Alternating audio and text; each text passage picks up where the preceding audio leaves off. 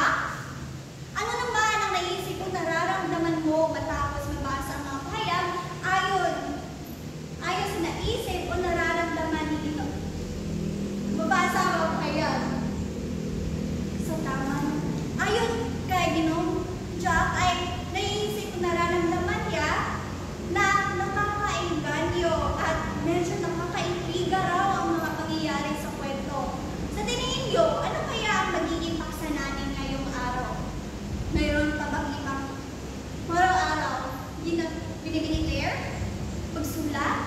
May ibang kamay pa ba? Binibining Claire? Tingnan natin kung tama ang iyong hula. Ayan, tama, magaling. Ang magiging paksa natin ngayong araw na ito ay si Basilio at ang naglalabang prinsipyo at sulubing kaugnay sa pagliligan ni Kabanata 24. Ayan, dahil sa diskusyon natin ito, dahil alam ko babasahin niyo lamang ito, ngunit hindi niyo isa sa isip at isa sa puso, hindi, minsan ay hindi niyo naiintindihan. Ngayon ay meron akong, ang mangyayari sa diskusyon natin ito ay babasahin niyo at ibubuod ko para mas maintindihan niyo ang ating diskusyon. Ngayon, basahin niyo ang unang talata. Yeah. Sa pangyayari ito ay makikita natin si Basilio na natatakot at pinagmumuni-muni ang mga posibleng trahedya para siyang nasa bangungot dahil sa pangambang maraming buhay ang mawawala. Pangalawa, basahin niyo sabay-sabay.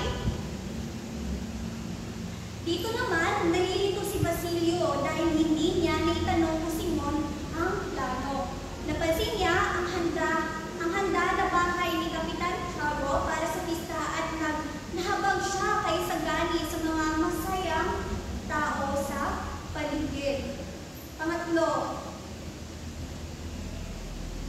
dito ay inisip ni Basilio kung ibubunyag niya ang lihim ni Simon, pero nagdadalawang isip siya na naaalala din niya si Julie at hinawakan ang revolver dahil sa alaala ng kasintahang tumalon sa kumbento. Pang-apat, basahin muli na sabay-sabay. Makikita natin na nainip si Basilio habang mabagal ang oras. Nakita niya si Simon at ang putsero ay si Sino. Lahat patungo sa bahay ni Kapitan Tiago. Puno ng musika at bisiyahan. Panglima, basahin ng napakalakas. Dito, ipinakita na binili ni Don Timoteo ang bahay sa tulong ni Simon at ikinasal ang kanyang anak. Puno ng mararangal na panauhin ang bahay at nimbitahan ang Kapitan General. Ibinigay ni Simon ang lampara bilang regalo.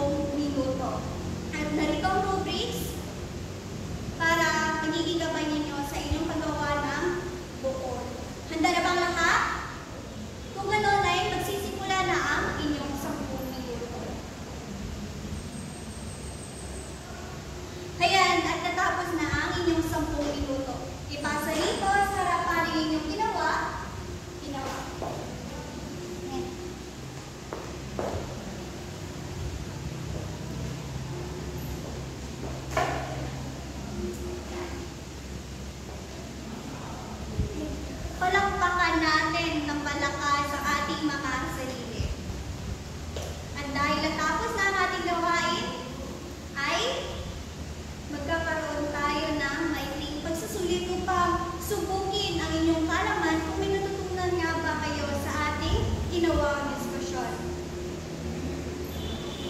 Ayan.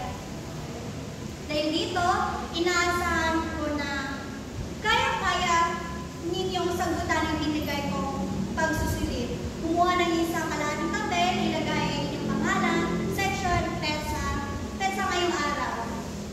Ayos na ba? Ayan. Para sa panuto, sagutin niyo lamang ang mga sumusunod na katanungan batay sa hinihinging dito. Umpisahan niyo na. Ito ang mga katanungan.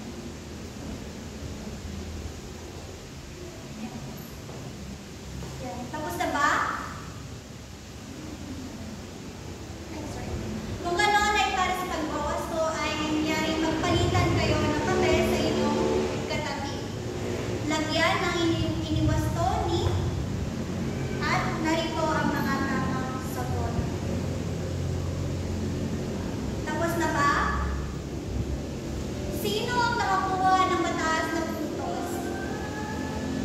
Wow! Ang daming nakakuha ng mataas na puntos.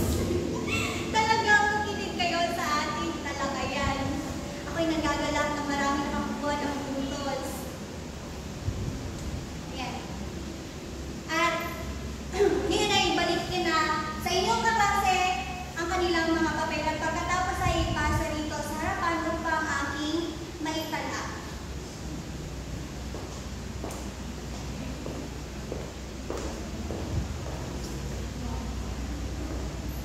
Ngayon ay hindi ako papayag na hanggang dito lamang ay ng kalaman kung kaya bago tayo umalis sa apat na sulok ng klasong na ito ay bibigyan ko kayo ng takdang aralin upang hindi maputol dito ang inyong kalaman at padala hanggang sa inyong bahay. Maaaring nyo ito ang muna nilitrato o isulat para hindi nyo makalimutan. Tapos na ba? Ayan. Tumayo na ang lahat. Paalam, Section Rizal.